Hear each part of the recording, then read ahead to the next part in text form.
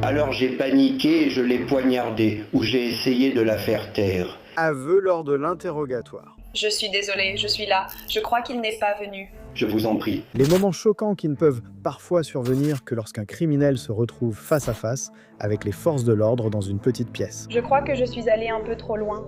C'était comme faire un petit blackout sur le nageur, non? Je sais que tu me regardes directement, n'est-ce pas? Les informations que j'ai données ne valent pas $6. Ça vaut bien plus que ça. Nous analysons certaines des confessions d'interrogatoire les plus mémorables enregistrées sur bande. Bienvenue dans Sidebar, présenté par Law & Crime. Je suis Jesse Weber. Achetez Life is Luck dès maintenant sur Amazon ou sur Force People comme Life is Luck. La salle d'interrogatoire. C'est un endroit où vraiment tout peut arriver quand on y pense. Nous l'avons vu à maintes reprises, et c'est exactement ce dont je veux parler maintenant. Nous avons vu les aveux, nous avons vu les déclarations incriminantes, des moments qui ont radicalement changé l'affaire pour un accusé. Donc avec cela en tête, nous allons explorer certains de ces moments. Je l'ai enfermé et je lui ai mis les menottes. Je l'ai attaché. Non, je ne lui ai pas mis les menottes, je l'ai attaché. Et puis on les a simplement roulés, on les a roulés, oui. Nous commençons avec Richard Cottingham. C'est lui que vous voyez, un tueur en série. Il a maintenant presque 80 ans et purge 3 peines de prison à perpétuité pour 5 meurtres. C'est un homme qui serait responsable de dizaines et dizaines de meurtres, connu sous le nom de tueur du torse, ayant officiellement opéré à New York et dans le New Jersey pendant des années, peut-être aussi dans d'autres États. Il a été arrêté en 1980. Et ce que vous regardez, d'accord, c'est vraiment juste un aveu choquant datant de 2014. Ça fait beaucoup d'années à courir partout. Beaucoup d'États quand même. Est-ce que tu as un chiffre en tête auquel tu penses? Est-ce que tu t'es déjà posé pour y réfléchir? On peut dire sans risque que je ne pourrais pas compter aussi haut. Ils m'ont collé chez toi. Je dirais que c'est bien au-dessus de 8. Tu penses qu'il y en a autant? Bien plus. Je sais qu'il y en a en Floride, dans le Connecticut, beaucoup à New York, Pennsylvanie, New Jersey, Baltimore. N'importe quel endroit accessible en voiture qui n'était pas lié à moi, j'essayais. Je voulais que cela ne soit jamais évident, ce que j'ai réussi. Et j'ai vraiment essayé de le tuer exactement de la même façon ou de, tu sais, laisser une signature. Et je n'étais pas stupide, tu sais. Et à part cette fois-là, à Hackensack, où c'était juste de la chance, j'aurais été pris la main dans le sac. Je n'ai jamais failli me faire prendre, à part cette fois-là. Je veux dire, il a été arrêté en 1980. Apparemment, il s'est enregistré dans un motel du New Jersey avec une travailleuse du sexe qu'il agressait sexuellement et torturé. Le personnel a entendu, a appelé la police, il a été arrêté et c'est à ce moment-là qu'ils ont commencé à enquêter et l'ont relié à tous ces autres meurtres. Mais je veux juste que tu écoutes cette partie parce qu'il ne pense pas être un tueur en série. C'était ça avec moi, je ne l'étais pas. Je n'étais pas un tueur en série. Non. Et tu m'as dit que tu en avais tué plus de 80. Ça correspond plutôt bien à la définition. Non, ce n'est pas le cas. Je sais ce que tu as dit, car tu m'as déjà dit qu'il y en avait beaucoup plus que tu avais laissé partir. Des centaines. Je n'avais pas l'intention de tuer quelqu'un. La plupart des personnes que j'ai tuées étaient d'une façon ou d'une autre liées à moi. Et je ne voulais pas me faire attraper. C'était plus que le simple fait de ne pas vouloir me faire attraper. Je vois. D'accord, compris.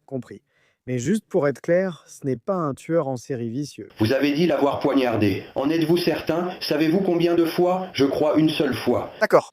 En plein visage. C'était vraiment dans ce jeu-là? Donc elle criait. J'ai utilisé une caméra? Tu te souviens précisément avec elle? Non, d'accord.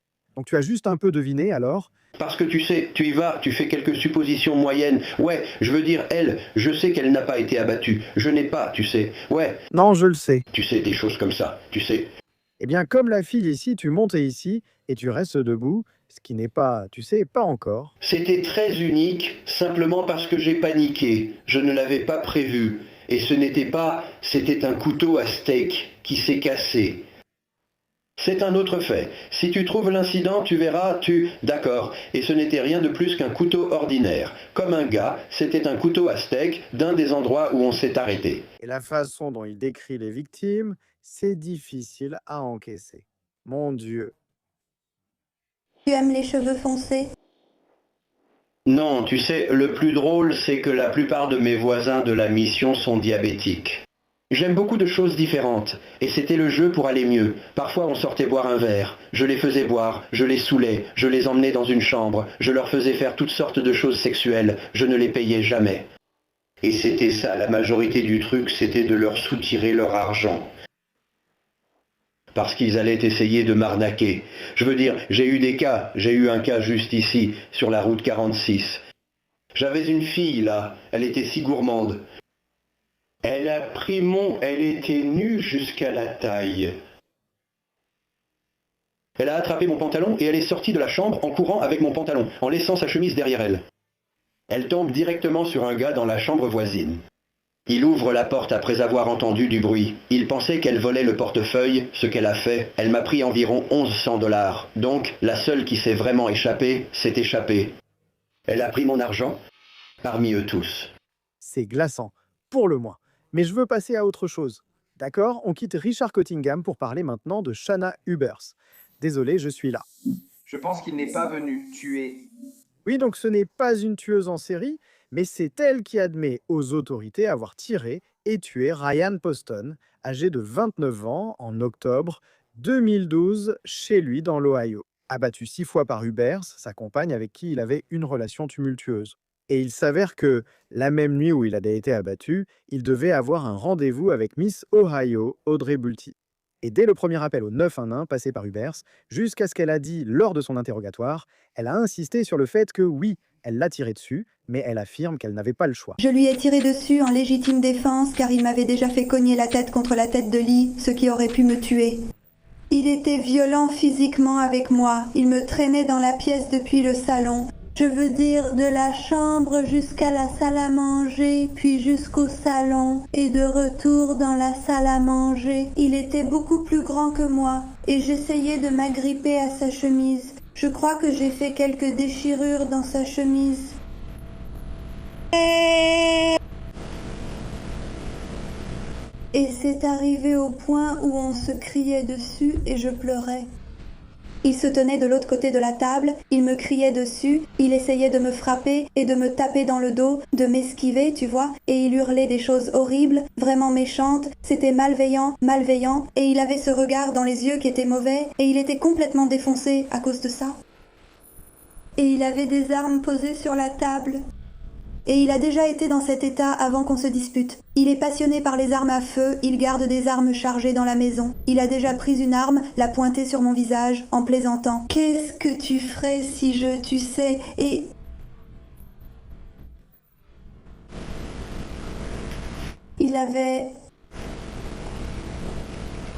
Il m'avait jeté à travers la pièce et m'avait fait mal, et il criait après moi, et je savais qu'il allait me frapper à nouveau, ou me jeter à nouveau, ou me faire autre chose.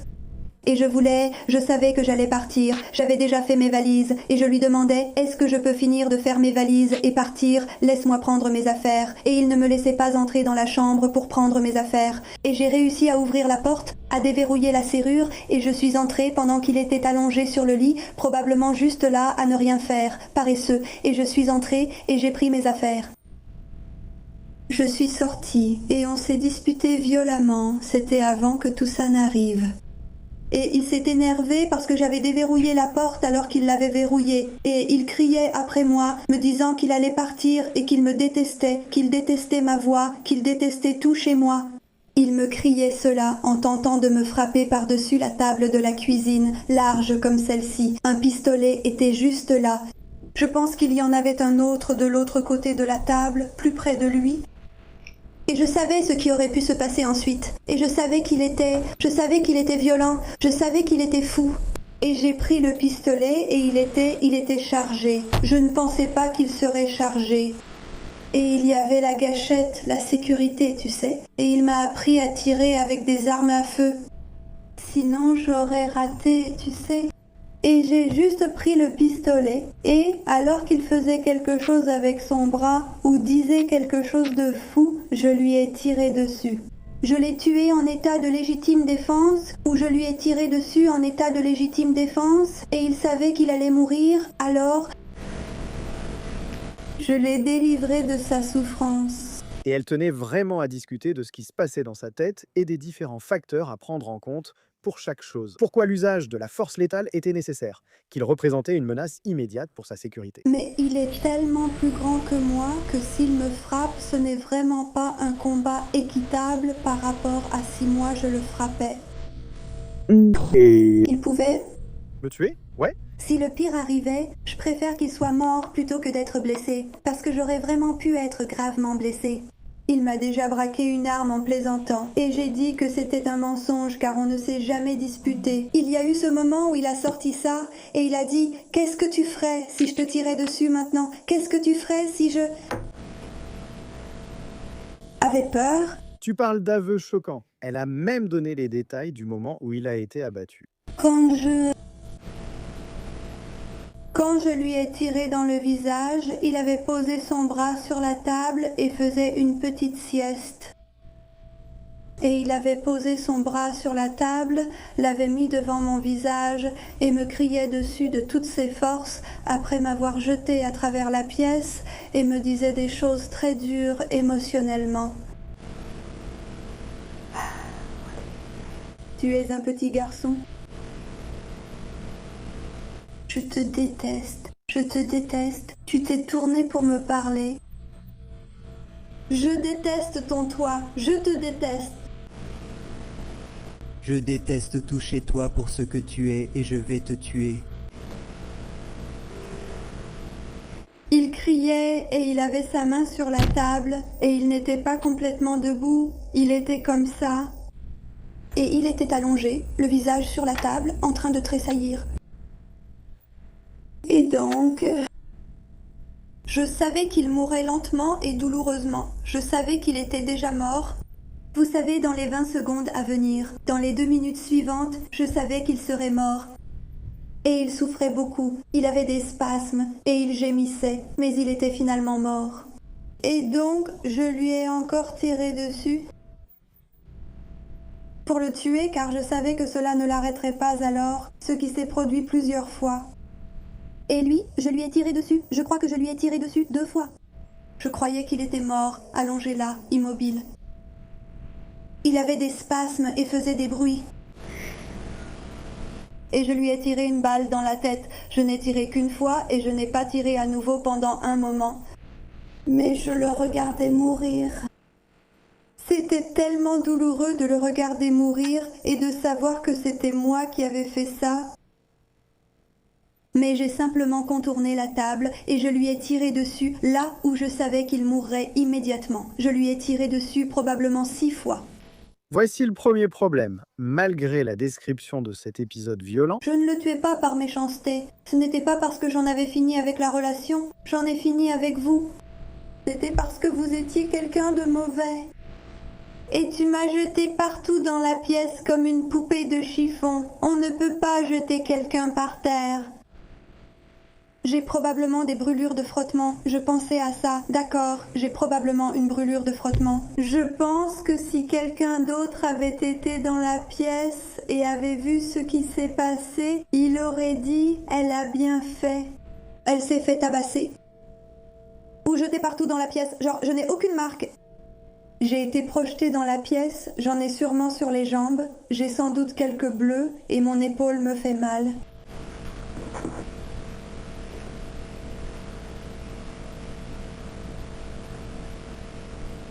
Je crois qu'il m'a saisi par l'épaule. Oui. Britta, on dirait tort. Tu vois bien depuis le salon que ce n'est pas ce qui s'est passé. Si tu entres là-dedans, ouais. Des choses sont jetées. Ça n'a pas l'air normal, ouais. Tu sais?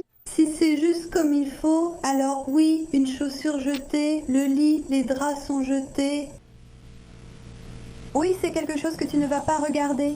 Apparemment, il n'y avait aucune preuve que Shaina ait subi des blessures physiques ou que la scène de crime était dans un état de désordre.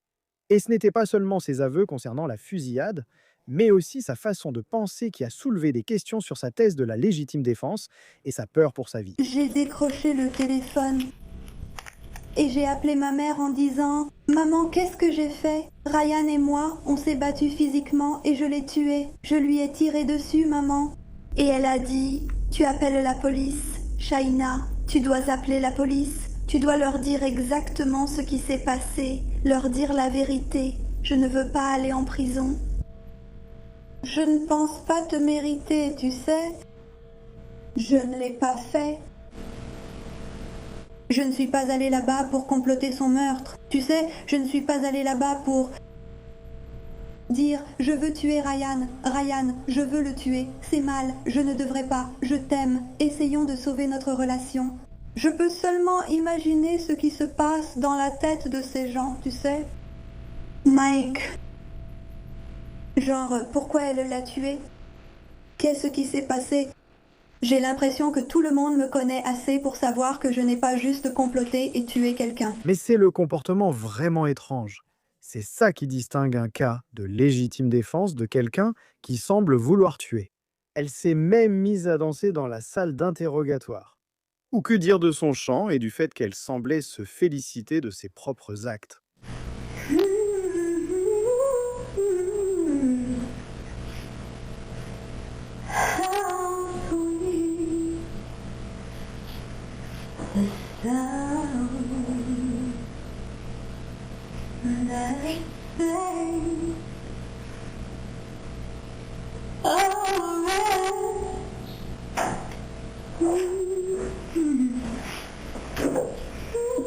Oh!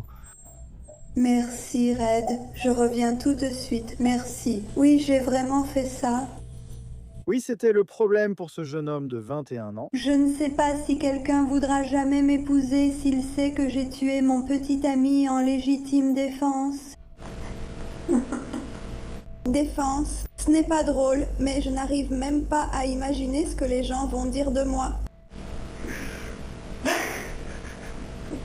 Je sais. Eh bien, le pire dans tout ça. C'est effrayant, d'accord. C'est effrayant d'y penser. Je vais avoir beaucoup d'ennemis. Maintenant, voilà une bonne question. Si j'allais en prison, pourrait-on se doucher là-bas? Ou est-ce qu'on devient juste très sale? Ils te laissent te doucher là-bas, vraiment? Je suis presque sûre. On doit se doucher devant les gens. Mon Dieu, je n'en ai aucune idée. C'est ainsi qu'elle a digéré la fusillade dans cette salle d'interrogatoire. Ce genre de flux de pensée, qui semblait justifier ses actions, était vraiment important pour son dossier. Je ne suis pas une meurtrière typique. Non, pas celle-là. Non, je ne suis pas une tueuse en série. Il a dit, tu es vraiment une sacrée femme. Tu es tellement gentille. Si jamais mon côté campagnard ressortait, je me sens vraiment mal à ce sujet parce que je l'aimais vraiment. Mais il avait tellement l'habitude de tuer chaque jour. Et puis il pleut à Paris. Et c'est comme si je sentais que ce mal est dans mon cœur. Parce que j'ai été élevée dans une famille vraiment, vraiment chrétienne. Et le meurtre est un péché. Tu sais, et peu importe comment c'est arrivé, je considère ça comme un meurtre. Même si ce n'était pas... Tu sais, ce n'est pas comme si je craignais que la famille de Ryan me déteste. Son fils, c'est bon. Peut-être que c'est... Leur fils a frappé une fille qui pèse 40 kilos de moins que lui et l'a traînée dans sa maison. Il m'a tiré par la queue de cheval. Il l'a mérité. Aïe, il l'a mérité. La partie, c'est qu'il ne s'en veut même pas. C'est cette partie de moi qui a compris, tu vois. Cette partie se disait... Tu m'as frappé et tu m'as jeté. Tu ne comprends pas, tu sais, maintenant c'est comme si même dans la relation, je suis avec moi-même parce que j'avais besoin qu'on s'aime vraiment, tu vois. Et il m'a dit qu'il m'aimait et qu'il voulait être avec moi. Et je suppose qu'à un moment donné, après la haine, Il criait à quel point il me détestait. Mais tu arrives à un point où tu en as assez, tu sais, et je pense que j'y étais. J'y étais.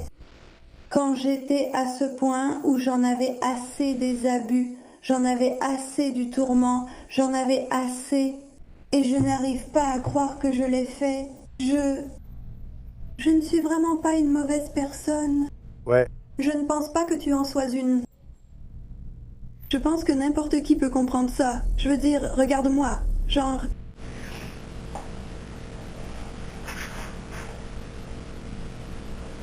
Je suis un peu une éducatrice. J'aime les gens. Mon diplôme est en psychologie du conseil. Tu vois, j'ai envie d'aider les gens. Je ne veux pas blesser les gens. Non, maintenant, si tu es comme ça et être traité comme ça, bousculé, littéralement soulevé, jeté, maltraité et pratiquement battu, je ne pouvais plus le supporter. Je n'ai rien fait par méchanceté. Tu sais, je n'ai rien fait qui aurait pu causer ça. Je pense que si quelqu'un d'autre avait été dans la pièce et avait vu ce qui s'est passé, il aurait dit « Elle a bien fait ». Alors, qu'est-ce qui se passe? Elle est accusée de meurtre.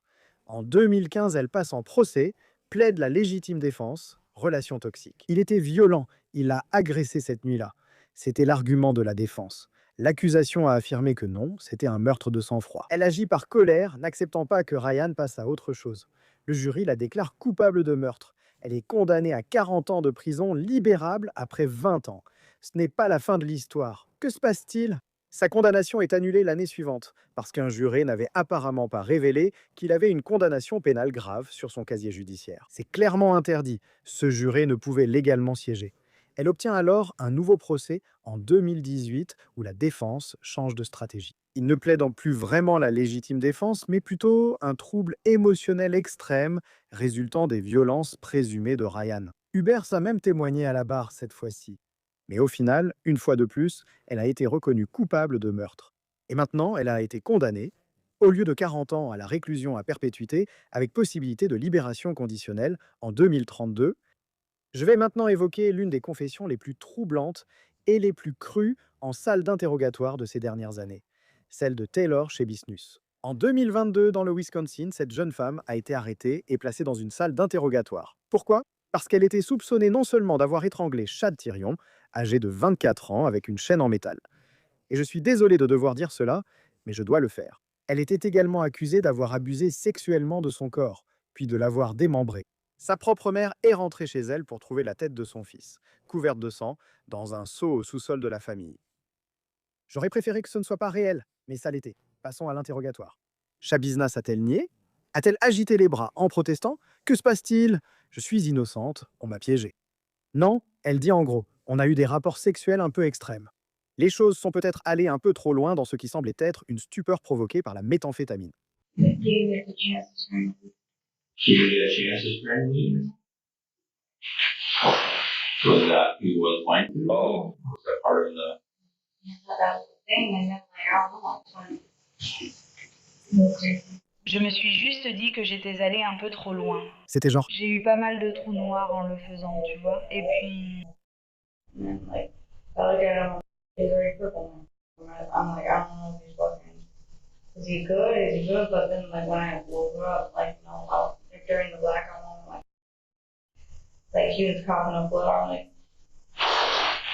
Genre, qu'est-ce qui se passe? Et puis elle dit qu'elle a découpé son corps et qu'elle commettait des actes sexuels sur son corps en même temps. Quand as-tu commencé?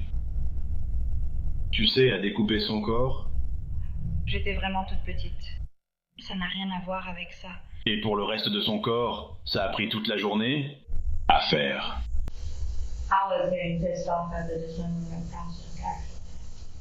Sur le site web, ouais. Donc tu n'es pas à l'ouest ni rien. Tu as pris d'autres drogues. J'aurais dû... Je ne l'ai pas fait. Tu as aussi démembré le corps. Ouais. Alors, qu'est-ce que tu as fait des morceaux du corps? Je ne sais pas. C'était genre, ouais. Et puis... Sous-sol, à l'étage. Absolument dans le sous-sol. Je vais aller dans le... Je sais que j'ai attrapé la tête et je suis allée vers elle. Avez-vous apporté quelque chose avec vous? Oui, c'est dans le sac. Quoi? Qu'est-ce que c'est? Qu'est-ce que c'est? What is it, man? It's, what is it? Ce que ça veut dire. Du tabac? Je crois que c'est un livre. D'accord. C'était... Je vais le mettre dans la chambre. Je vais mettre... I'm gonna bring it all, and then I'm like, man, this is messy, so then I just left. Je suis devenue paresseuse. D'accord. Je suis devenue paresseuse et c'est ce que j'ai fait. Donc, d'accord. Donc... Ça allait peut-être être un bras ou une jambe. Oui. Qu'est-ce que tu as fait avec la tête? J'ai oublié que j'étais dans la camionnette, jusqu'à ce que je... Qu'est-ce que tu as fait avec la tête? La tête était dans ma poche. Dans ma poche arrière, noire, la noire.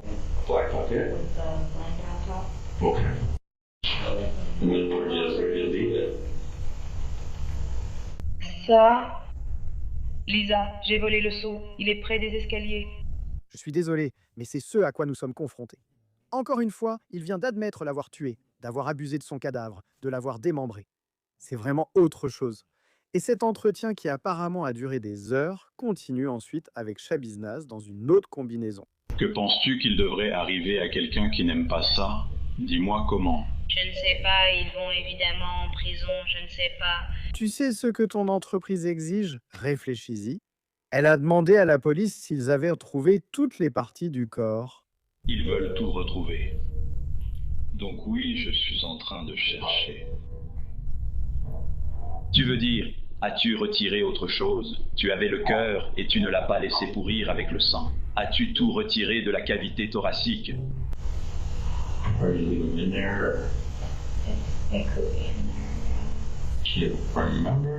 Ils sont tous dans des sacs en plastique.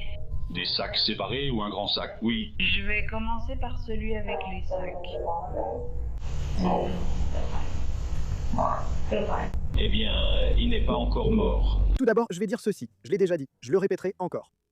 Les enquêteurs sont incroyables ici. Ils restent calmes, posés, maîtres d'eux-mêmes, capables de traiter et de récupérer ces informations. Eh bien, devinez ce qui s'est passé. Elle a été condamnée. Elle a plaidé la non-responsabilité pour cause de troubles mentaux. Au Wisconsin, la folie signifie que vous n'êtes pas responsable si, à cause d'un trouble mental, vous ne pouviez comprendre le caractère répréhensible de vos actes ou respecter la loi. Et malgré cette interview, n'est-ce pas, malgré le caractère apparemment fou, complètement insensé de ce crime, un jury du Wisconsin n'y a pas cru. Il a suffi d'1 heure pour la juger coupable d'homicide volontaire, d'outrage à un cadavre et d'agression sexuelle au 3e degré. Ils ont aussi jugé qu'elle n'était pas folle au moment des faits. Et un juge a condamné Shabiznaz à la prison à vie sans possibilité de libération conditionnelle. Ensuite, direction Medford, dans l'Oregon. Pour toutes les preuves que je vous ai données, là, sur un plateau d'argent, juste là, jusque dans les moindres détails. Jusque dans les moindres détails, pas un seul élément manquant.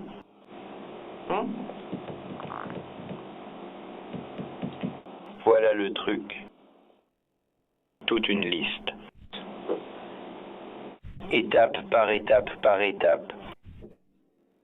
Même un élève de CE2 pourrait voir à quel point c'était facile.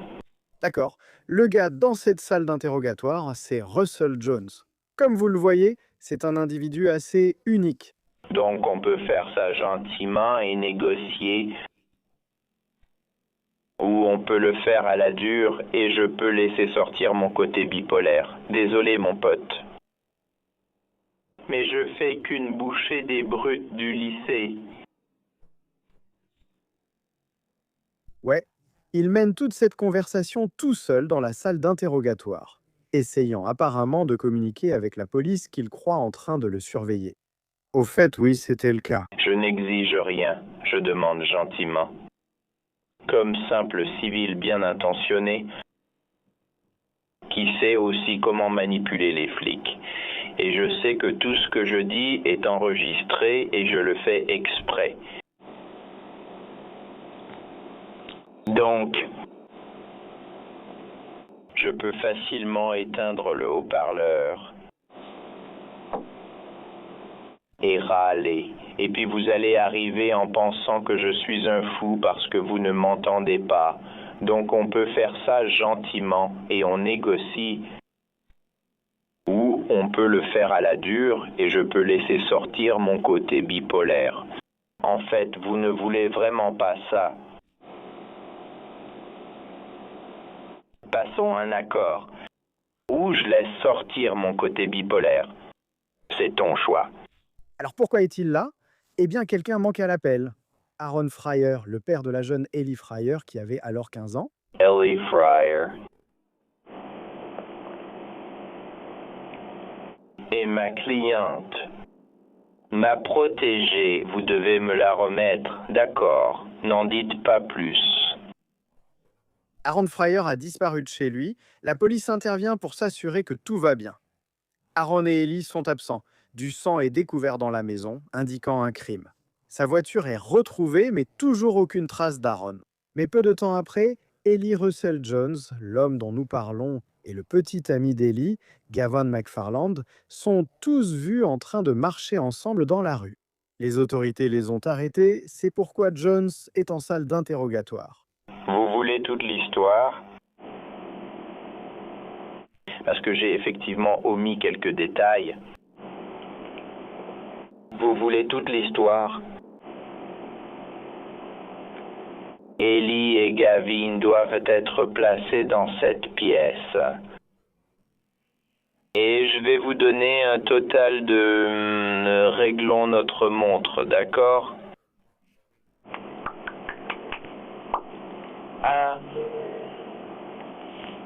2 heures. Maintenant, malgré ces divagations, genre, je sais pas, ça... Voilà le truc. Ce n'est pas moi qui ai un fétichisme des donuts. Avec le café qui va avec. Donne un donut à un flic et il voudra le café qui va avec. Donne un cookie à une souris et elle voudra un verre de lait. Donne un muffin à un élan et il voudra autre chose. Mais voici ma préférée. Qu'est-ce que c'est? Quand une voiture de police est remorquée par une dépanneuse.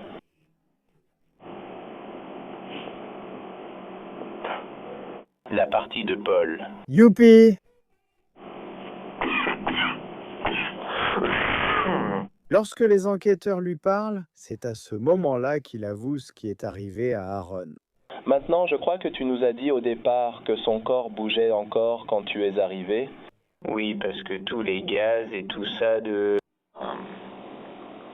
Enfin non, il était mort. Gavin a vérifié son pouls et tout. Ce qu'on apprend, c'est que c'est quelque chose qu'Ellie voulait depuis un moment et que tous les trois, vous en aviez déjà parlé. Je n'ai pas participé à la planification de sa mort. Ce n'était pas mon idée. Donc il finit par dire au détective qu'il faisait partie de ce plan pour sauver Ellie de son père. Qu'il y avait cette croyance, selon lui, qu'Aaron abusait sexuellement d'Ellie. Cependant, pour être clair, il n'y avait finalement aucune preuve définitive de cela. Nous avons parlé de l'affaire déménager depuis plusieurs semaines, comme elle l'a dit. Et donc, nous avons transporté toutes ces affaires sac à dos par sac à dos et tout ce qu'on pouvait porter dans de petits sacs. Et puis, le grand final, c'était de faire en sorte qu'on ait l'impression qu'il l'avait kidnappé. Et de le mettre dans une voiture sur le siège passager. Gavin l'attachait au siège. Et ensuite, Gavin traversait la frontière de l'État pour aller en Californie. Tuer, ce n'était pas du tout mon idée. Nous étions censés essayer de trouver du chloroforme et de l'assommer. Et ensuite, probablement, le mettre dans le coffre. Mais nous n'avons pas pu trouver de chloroforme parce qu'il n'est plus disponible en ligne. Il a dit qu'il n'aimait pas ça et qu'il n'était pas content du texte non plus. Et quel message! Le texte qu'Ellie a envoyé, dont il a pris une capture d'écran qui disait que son père avait essayé de l'agresser sexuellement. D'accord. Est-ce que ça l'a contrarié? Oui. Est-ce que ça vous a contrarié? Être un protecteur des femmes, oui. D'accord. Et si quelqu'un essayait de faire ça à ma fille, je prendrais probablement un fusil aussi. D'accord. Il affirme qu'ils vont à la maison au milieu de la nuit et c'est là que les choses tournent mal. Nous nous sommes dirigés là-bas et avons attendu de l'autre côté de la rue, dans la ruelle. Nous avons attendu là jusqu'à ce qu'elle envoie un message disant qu'il dort ou quelque chose comme ça. Je ne sais pas. Et je ne sais pas ce qu'elle lui a envoyé comme message. Et donc j'ai commencé à vouloir y aller. Et juste au moment où je voulais y aller, elle a envoyé un message. C'est presque comme si elle avait lu dans mes pensées. Alors on y est allé. Il est passé par le portail parce qu'on allait parler d'elle encore une fois à Gavin. Et il est passé par le portail puis par sa fenêtre. Je l'ai suivi peu après. Je suis resté à la fenêtre. Nous étions en train de sortir des sacs et d'autres affaires. Et nous avons sorti tous les sacs. Et elle a dit qu'elle allait prendre les clés et amener la voiture. Pendant que Gavin, je dirais, parle à un gars, mais c'est loin d'être ça. Et puis elle s'est assurée que ses sœurs étaient dans leur chambre. Comme ça, parce qu'elles sont encore jeunes, donc ça les aurait traumatisées. Tu es déjà passé par la fenêtre? Non. D'accord. Non, je suis seulement passé par la porte d'entrée. Après? Oui, après la raclée. D'accord. Donc plus tôt, vous nous aviez parlé de toute cette histoire de pistolet? Oui. Est-ce que c'est arrivé? Non. Je voulais juste donner l'impression qu'il était un bon gars. Et c'est un bon gars, crois-moi. Maintenant, tu savais qu'il fallait entrer? Après? Parce qu'elle m'a dit qu'elle allait ramener la voiture. Et puis, pendant qu'il s'occupait de ça, et puis... j'ai entendu de grands bruits sourds. Et elle m'a dit, d'accord, il est temps d'entrer par la porte d'entrée. As-tu déjà activement accepté avec Ellie et Gavin de causer du tort à quelqu'un? Être activement d'accord, en toute connaissance de cause. Être d'accord en toute connaissance de cause. Pour nuire, oui. Pour tuer, non. La police finit par retrouver le corps d'Aaron Fryer près de l'endroit où sa voiture a été retrouvée. Blessure due à un traumatisme contondant, mortellement battu. Et ils trouvent une batte dans l'arbre. Il m'a montré la batte de baseball dans l'arbre. Et c'est Ellie qui l'a lancée? Oui. Et il a un sacré lancer. Eh bien... Elle sait. Je voulais dire, c'est une fameuse distance. Oui, donc au final, ils ont tous été inculpés en lien avec le meurtre d'Aaron. Cette idée apparemment pour qu'Ellie s'enfuit avec Gavin. Il y a eu beaucoup de spéculations sur la question de savoir si elle était réellement le cerveau de tout cela. Au final, Ellie Fryer plaide coupable de complot en vue de commettre un meurtre et est condamnée à 25 ans de prison. Gavin McFarland plaide coupable et est condamné à une peine allant de 25 ans de prison à la perpétuité pour meurtre et complot. Et Russell Jones ne conteste pas l'accusation de complot en vue de commettre un meurtre et est condamné à 15 ans de prison. Passons maintenant à l'histoire de la babysitter Lindsay Parton du comté de Butler, Ohio. Elle s'est donc retrouvée dans une salle d'interrogatoire après que la petite Hannah Wesh, âgée de 3 ans, se soit effondrée chez elle en 2018. Il y a eu plusieurs conversations différentes avec la police, y compris ce moment incroyablement difficile à entendre. Et qu'est-ce? Whatever happened to her happened this morning. Oh my God. It's not from the fall from yesterday. She has a severe brain wound. Oh my God. So what we need is the truth from you. Because we need to know how this happened, that way we can treat her. I'm absolutely telling you the truth. Oh my The God. way it's looking right now is that this happened at your house, because we need to find out. We need the I truth. swear to God, I'm telling you the exact truth. We walked in the From house what the doctor and saying, she did not walk, she did not talk with this kind of injury. None of that is possible. Pourquoi est-ce qu'elle est tombée? Elle est rentrée à pied et elle ne marchait même pas normalement en entrant dans la maison. Excusez-moi. Moi et elle est entrée toute seule. Elle est entrée toute seule, oui. Ils le sont, mais elle n'était pas responsable. Mon Dieu. Il l'a regardée entrer. Avec cette blessure, elle ne pouvait pas marcher. Comme vous l'avez dit, nous serons honnêtes avec vous. Je suis honnête et très sérieux, ça suffit. Elle est entrée chez moi, en marchant. D'accord. En moins de 30 secondes, je te jure que je n'ai pas menti. Je n'aurais jamais imaginé être ici. Mes enfants ne reçoivent même pas de fessées. D'accord, donc tu ne le ferais pas. Tu le ferais. Bonjour. D'accord. Je pense que tu n'es pas honnête avec nous. Tu dois dire la vérité, car tu vas en faire partie. Tu comprends? De mère à mère, Tu ne peux pas te cacher ou plaisanter avec ça. Viens écouter, informe-nous et tiens-moi au courant. Anna Weche a fini par mourir. Quand des médecins te disent que cet enfant a été battu, C'est un cas de maltraitance. Ils viennent de retirer une balle de cet enfant. Cet enfant est mort. Oh my god! Ça ne peut pas être plus grave que ça, Lindsay. Non, je ne peux pas. C'est ce que je dis. Les enquêteurs cherchent à savoir si Lindsay Parton lui a fait quelque chose. Elle affirme d'abord ne jamais donner de fessées ni avoir des gestes violents envers Hannah. Elle essaie de justifier toutes les blessures de cette petite fille en disant qu'elle est tombée. Cela a soulevé des questions sur la responsabilité éventuelle du père de Hannah, Jason Weche. Il s'est avéré que rien de tout cela ne tenait la route. donc voici sa joue gauche. Oui. J'ai l'impression qu'elle était déjà comme ça en sortant de la voiture. Quand elle est sortie par la porte arrière de la pharmacie et est entrée dans la maison...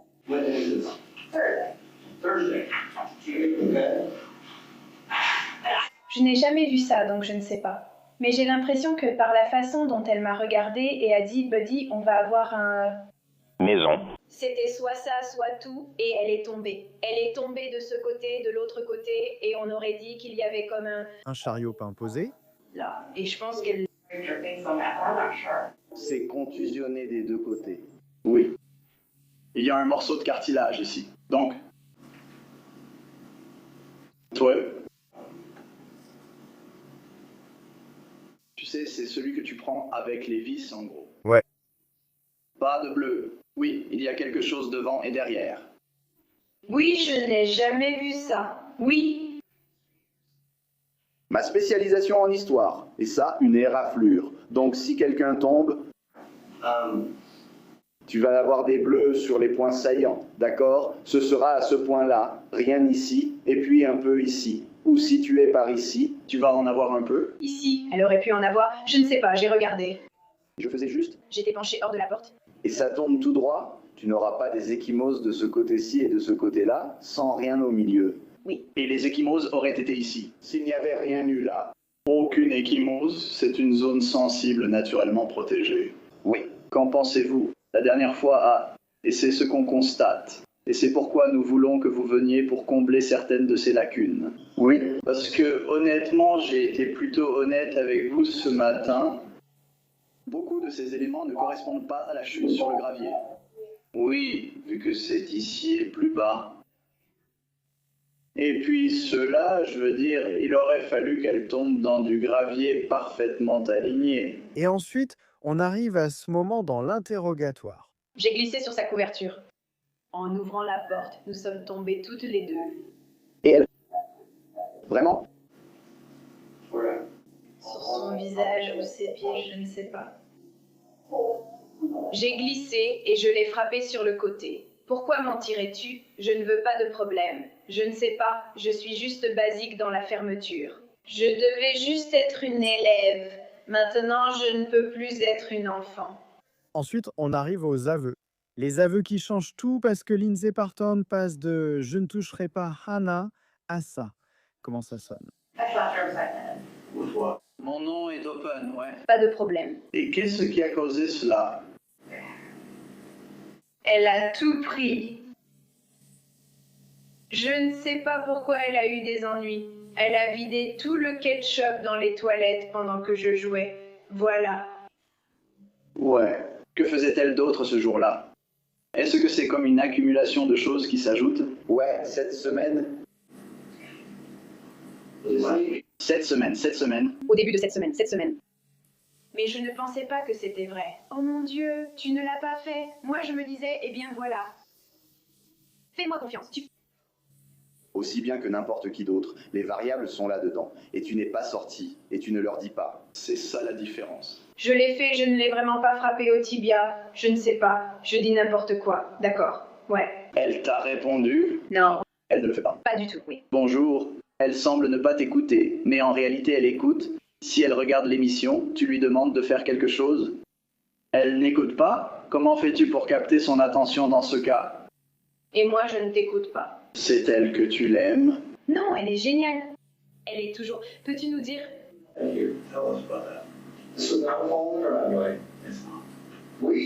quoi cela correspond? Oui.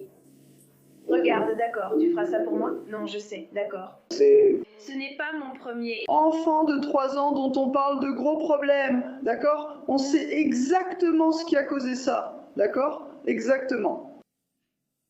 Ce n'est pas une chute. Et tu sais ce qui a causé ça, tout comme tu sais ce qui a causé ça. Alors, qu'est-ce qui a causé ça? Et lui donner un coup au menton ou faire... Quoi? D'accord, c'est le deuxième incident. Parlez-nous-en. Parce que ce n'est pas un Anka. Je veux juste te dire tout de suite, ce n'est pas un Hendrix. D'accord. Non, non, j'écoute. Sachant que nous savons cela, que s'est-il passé ici? Il a dit la même chose. C'était le même incident. Mais dis-nous, qu'est-ce qui s'est passé ainsi, pour ces raisons précises? Quand elle était en train de, je ne sais pas, de faire quelque chose avec le ketchup, tu sais, je l'ai enlevé et je l'ai mise sur le blanc parce que je... Je pense qu'elle devait aller aux toilettes. J'ai dit, chérie, Est-ce que tu peux prendre le ketchup? je l'ai attrapé, je lui ai juste donné une tape sur le côté. De la tête, il a fait comme ça. Presque, oui, comme ça. Combien de fois? Ne dis pas que c'était une seule fois. Ouais, comment ça va? Oui, d'accord. Est-ce qu'il t'autorise à la discipliner? Ouais. Je veux dire, donner une fessée et tout ça? Je ne pense pas vraiment. Je ne sais même plus où je voulais en venir. Donc, elles étaient fermées, comme ces deux uppercuts. C'était à main ouverte, vraiment ouverte. Ouais, parce qu'elle ne voulait pas que j'aille travailler. Il a dit, je dois y aller. Puis il est parti en courant. J'ai dit, Anna, tu ne peux pas. Papa doit travailler. Il lui a montré. Oui. Et elle a perdu connaissance. Oui, enfin, pas forcément. Elle n'a pas perdu connaissance. Elle a juste... Je ne sais pas, elle a pleuré quand tu t'es énervé. Oui. Non, pas fort, mais pourquoi? Oui. Je l'ai un peu secoué, j'ai dit, hé, tu ne vas pas dormir là. Et il est vraiment tombé. Mais elle? Et elle ne m'a pas demandé l'autre chose, le canapé, avant que je... Combien de temps l'as-tu secoué? Qu'est-ce qu'elle faisait en la secouant? La secouer, oui. Et tu es en colère? Oui. Parce qu'il lui demandait toujours de revenir. Chaque matin. De ne pas faire ça. Et il lui a demandé. Je lui dis, ne te précipite pas. On a fini. Tu as une journée de 12 heures devant toi ici. De rien. Coincée dans l'inventaire. Est-ce qu'elle a pleuré? Non. Tu te souviens de ça? Je l'ai prise dans mes bras, on a mis la couverture et c'est là qu'on est tombé. Mais lui, ensuite tout ça est arrivé. Donc... Donc tu la prends à papa, tu la poses. Il l'a assise en premier. Elle vole après? Ferme la porte, papa y va. Oui. Tu l'as secouée pour ça? Comment tu la tiens en la secouant? J'ai montré. Question. En dehors de la pièce. Elle est suspendue? En haut? D'accord. Je n'aime pas. Tu t'es retrouvé face à elle? D'accord, absolument. Tes mains expriment ta colère, pas forcément.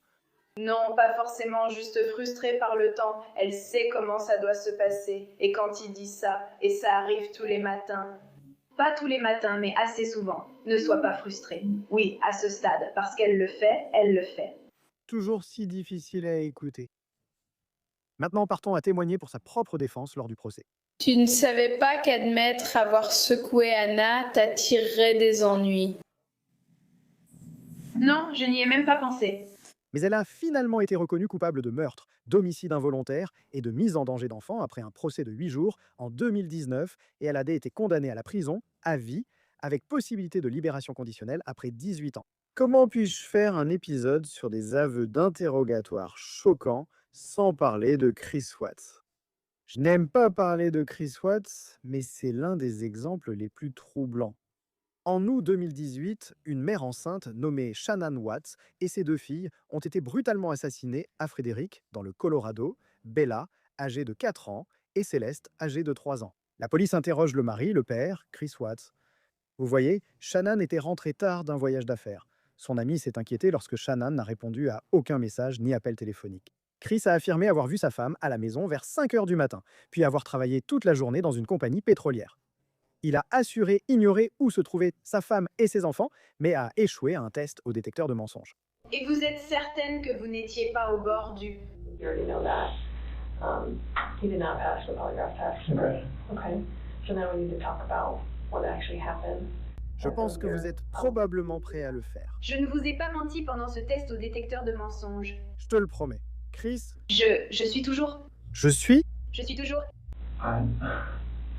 J'apprends encore à être courageuse. Prends une grande inspiration maintenant.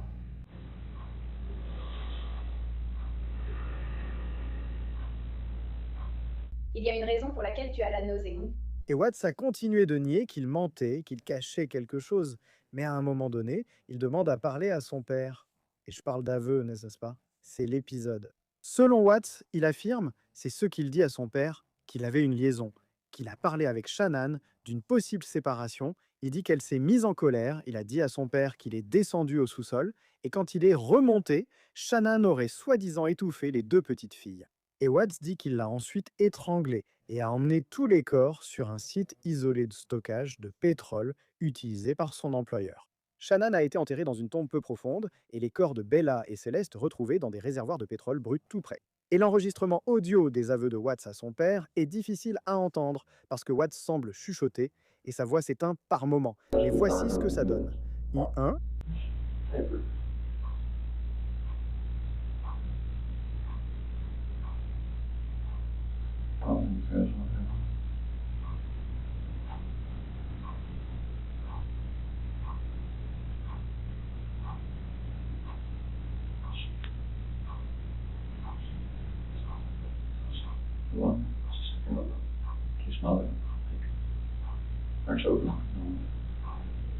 I didn't hear anything.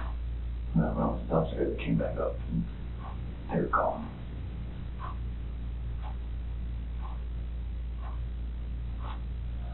Je n'en parle pas. Je parle de ça. Ça ressort lors du massacre. Separation there, pulling up, and she lost it. I don't know, like, what else to say, like, I freaked out.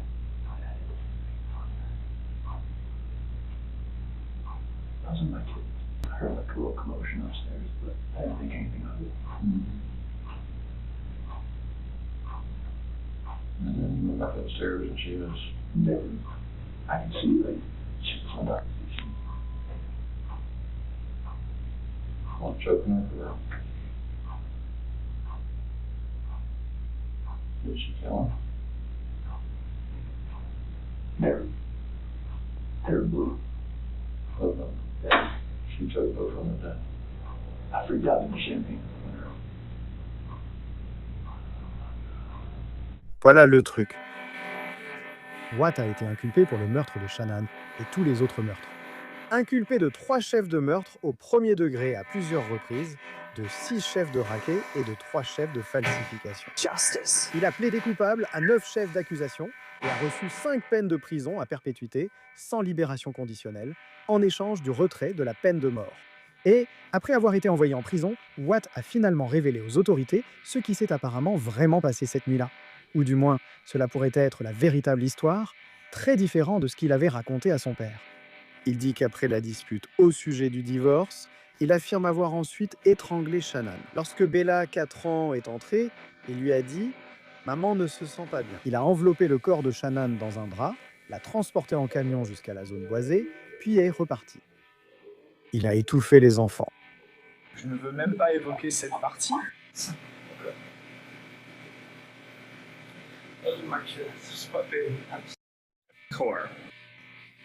À chaque fois que je vois, je ne sais pas comment ça remonte. J'ai été père pendant la meilleure partie de ma vie. Je suis allé jusqu'au bout. Je pense que c'est la partie la plus difficile pour nous, Chris, c'est qu'on voit ces vidéos, on voit l'amour que tu avais pour tes filles. C'est évident pour nous. Et même pour nous, c'est difficile de comprendre comment un papa qui faisait faire des tours sur son dos, tu sais, préparer des goûters et regarder des films de princesses et ce genre de choses. Comment en arrive-t-on là? Je ne sais pas. Comme je l'ai dit, c'était comme si quelque chose d'autre me contrôlait ce jour-là. Je n'avais aucun contrôle, comme si je ne pouvais pas lutter. Oui. C'est très dur à entendre et glaçant, surtout en pensant qu'on ne saura peut-être jamais ce qui s'est passé. C'est tout pour l'instant sur Sidebar. Merci de nous avoir suivis. Abonnez-vous sur YouTube, Apple Podcasts, Spotify ou où vous écoutez vos podcasts. Retrouvez-nous aussi sur Peacock de NBC pour me suivre, X, Instagram ou mon émission Jessie Weber Live sur News Nation du lundi au vendredi à 23h, heure de l'Est. À bientôt à tous.